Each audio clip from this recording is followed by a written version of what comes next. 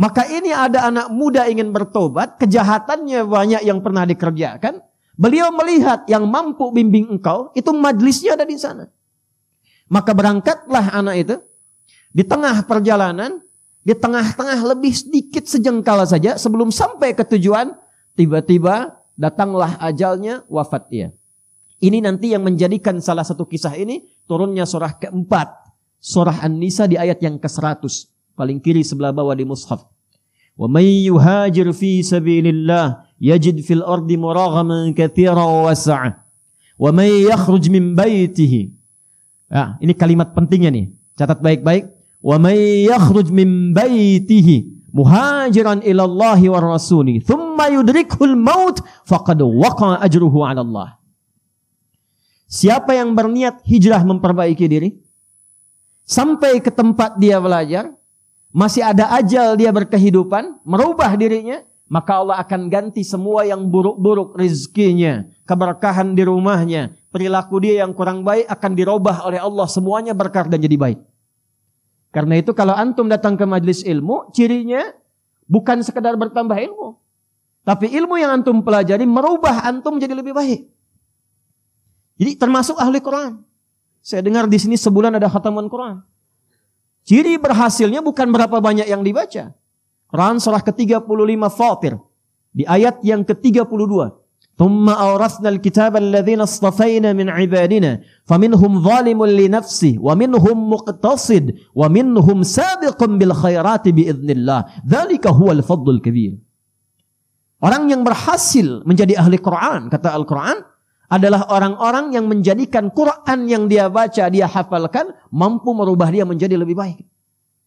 Jadi kalau antum belajar, masih ada kehidupan, ilmu yang kita pelajari, menambah wawasan, mendekatkan diri kita dengan Allah. Imannya naik, ilmunya bertambah, perilakunya berubah. Itu yang akan diangkat derajatnya oleh Allah Subhanahu wa taala. Quran surah ke-58 di ayat yang ke-11. Yarfa'illahu alladhina amanu minkum walladhina utul ilma darajat.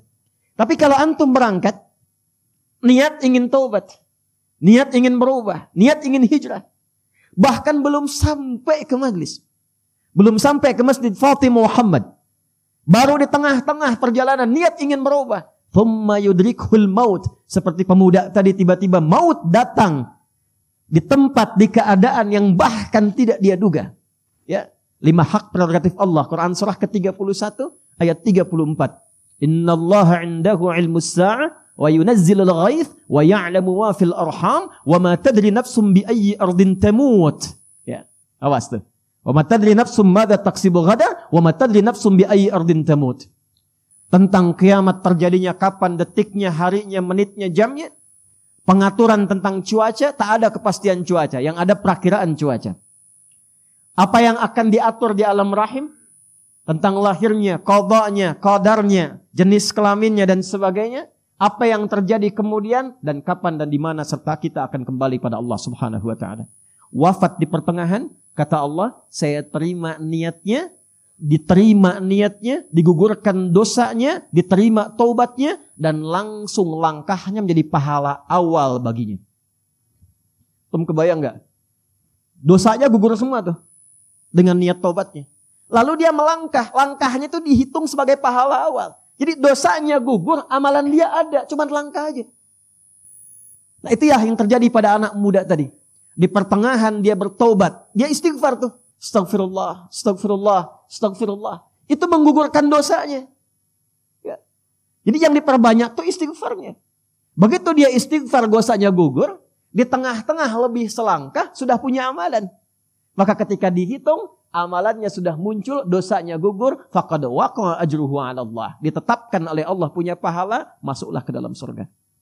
Terlepas dari itu semua, kita akan satukan semua pembahasan itu dalam apa yang telah kita dapatkan tadi, sumber utamanya, supaya tak keluar dari Quran dan Sunnah dan antum tidak bisa mendebat.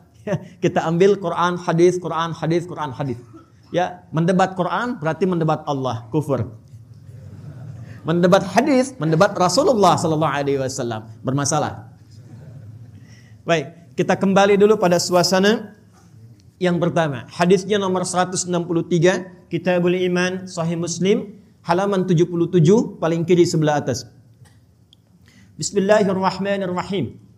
Hadis yang pertama saya ambil dari sahabat Abu Hurairah radhiyallahu taala anhu, kemudian dikuatkan nanti oleh Imam Malik bin Anas. Anas bin Malik. Qala haddatsana qala an Anas bin Malik radhiyallahu taala anhu qala inna Aba Dzar yuhaddithu. Kata Anas bin Malik radhiyallahu taala anhu, sahabat kami Abu Dzar Al-Ghifari. Abu Dzar Al-Ghifari ini nama aslinya Jundub bin Junadah. Jundub bin, bukan Junub, Jundub. Jundub bin Junadah. Biasanya berteman kalau meriwayatkan hadis dengan Mu'adz bin Jabal. Dua-dua ini kompak nih, duet, sering duet meriwayatkan hadis. Termasuk tadi doa antum, alhamdulillahilladzi ahyana ba'dama amatana wa ilaihin. Nah, itu diriwayatkan oleh duet Mu'adz bin Jabal dengan Jundub bin Junadah. Antum ngaji Al-Arba'in An-Nawawiyah tuh, ya nomor hadis yang ke-18 tuh. Ittaqillaha haitsu ma kunta wa atbil hasanata sayyi'atal hasanata tamhuha. Itu riwayatnya dari Mu'adz bin Jabal dan Jundub bin Junadah. Kenapa disebut Abu Dzar Al-Ghifari? Ingat rumusnya? Al-Ghifar berarti dari Ghifar. Ghifar itu kampung begal. Ingat tuh. Jadi sekampung begal semua. Nah, di antara pemimpinnya Jundub ini. Singkatnya, ada kilatan yang masuk ke hatinya mengatakan, mau sampai kapan jadi begal? Dan itu pasti, selalu ada itu kilatan itu. Jadi Allah tuh dengan sifat rahmannya tidak membiarkan seorang hamba berkehidupan kecuali mendapatkan bagian dari hidayahnya. Itu yang dimaksud Quran surah ke-29 di akhir ayatnya. Walladzina jahadu fina lanahdiyannahum subulana. Kenal Firaun? Ayo bilang kenal ya. Firaun Firaunnya. Firaunnya.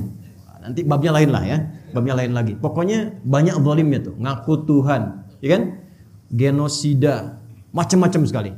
Itu tetap oleh Allah diberikan hak yang sama. Dikirimkan langsung dua nabi, Musa dan Harun. Ini menunjukkan setiap hamba akan mendapatkan kesempatan, peluang untuk kembali mengingat Allah Subhanahu wa taala. Jundub ada kilatan. Ini rumusnya. Begitu berpikir kapan akan berakhir, dapat info ada seorang mengaku nabi di Mekah. Nah, ini fikih nih ya, fikih taubat nih. Jadi kalau antum sedang tergerak ingin bertobat, jangan ditunggu, cepat lakukan. Fikihnya Jundub. Ya, maka apa yang beliau kerjakan? Langsung disambut kilatan hidayah itu, berangkatlah ke Mekah. Pandangan pertama berjumpa dengan Rasulullah sallallahu alaihi wasallam. Melihat wajahnya saja, belum bicara, lihat wajahnya, langsung tersentuh hatinya, kenanya jiwanya. Ini udah rumus nih. Sentuhlah ia tepat di hatinya, maka ia akan jadi milikmu untuk. Gimana caranya lihat orang langsung kesentuh jiwanya? Baru lihat tuh. Maka nggak tunggu lama beliau bersyahadat. Kata beliau, ya Rasulullah, berikan saya tips pesan singkat. Kata Nabi, pulang dulu, belajar yang betul, baru ingatkan kaum. Atau kama qala Rasulullah SAW. Kata beliau, saya nggak akan pulang sebelum saya mendeklarasikan keislaman saya di sini, depan Ka'bah. Kata Nabi, jangan kau lakukan. Orang-orang belum paham, kau bisa disakiti. Ya. Apa jawabnya Jundub bin Junadah? Ya Rasulullah, saya ini membegal terang-terangan. Masa masuk Islam sembunyi-sembunyi? Saya ini membegal terang-terangan. Gak enak lah syahadat sembunyi-sembunyi. Maka beliau keluar depan Ka'bah mengatakan, ya ma'syara Quraisyin, ushhidu an la ilaha illallah wa anna Muhammad Rasulullah. Hei semua orang Quraisy, lihat nih, saya bersaksi gak ada Tuhan selain Allah dan Muhammad SAW Rasulullah. Kalian mau apa katanya? Pukulin. Jatuh pingsan, begitu akan dihabisi. Ada riwayat menyebutkan ditemukan oleh sahabat Ali bin Abi Thalib radhiyallahu taala anhu. Ada riwayat mengatakan ditemukan oleh paman Nabi Hamzah bin Abdul Muttalib radhiyallahu taala anhu. Begitu kelihatan, oh jangan kalian sakiti lagi, karena ini adalah orang Ghifar. Kalau kemudian dia tewas di sini dan ketahuan suku Ghifar, nggak ada kafilah dagang kita akan lolos lewat situ. Maka sepakat mereka, biarkan dia pergi. Pergilah kemudian beliau ini taubatan nasuha, dan jadilah ini fikih preman taubat. Jadi sinetron preman pensiun. Dan jadi bab kurikulum preman jadi ustad. Karena kembali kemudian ke Ghifar, jadi da'i di sana sampai kelak Madinah dihebohkan dengan langkah kaki dag dik duk. Ternyata Jundub bin Junadah membawa hasil pendidikannya, berangkat kemudian ke kota Nabi sallallahu alaihi wasallam, membawa rombongan dari Ghifar sudah pada masuk Islam, bedol desa masuk Islam. Kekuatan satu orang ini. Sahabat Nabi dulu begitu, as-sabiqunal awwalun itu 40 orang. Tapi mereka berpencar kemanapun, membawa magnet keislaman yang kuat. Amr bin As itu cuma jalan sepeninggal Nabi, bawa ekspedisi jalan, gak ngapa-ngapain jalan, ekspedisi. Afrika Utara dijelajahi. Dari Mesir, Libya, Tunisia, Aljazair, Maroko sampai ke Syam. Syria sekarang ada 4 negara. Libanon, Jordania, Palestina, Syria. InsyaAllah kita selesai ini, kita salat ghaib ya. Untuk yang musibah di Turki dan Syria. Itu semua yang dilewati Muslim semua dan maju. Dan kelak Afrika Utara itu yang dilewati akan jadi provinsi negara Islam masa itu. Gubernurnya Musa bin Nusair, kodamnya, panglima kodamnya itu ya. Itu panglimanya namanya Tariq bin Ziyad. Satu kekuatan panglima ini bisa membuka wilayah Iberia, dikenal dengan Andalusia, wilayah Portugal dan Spanyol sekarang ini, dan punya peradaban Islam selama 7 abad ada di situ. Makanya dibukanya Fatah. Inna fatahna laka fatham mubina. Fatah itu apa? Membuka kebaikan. Jadi orang Islam itu dimanapun berada mesti membuka semua nilai kebaikan. Antum ke kantor jadi orang baik.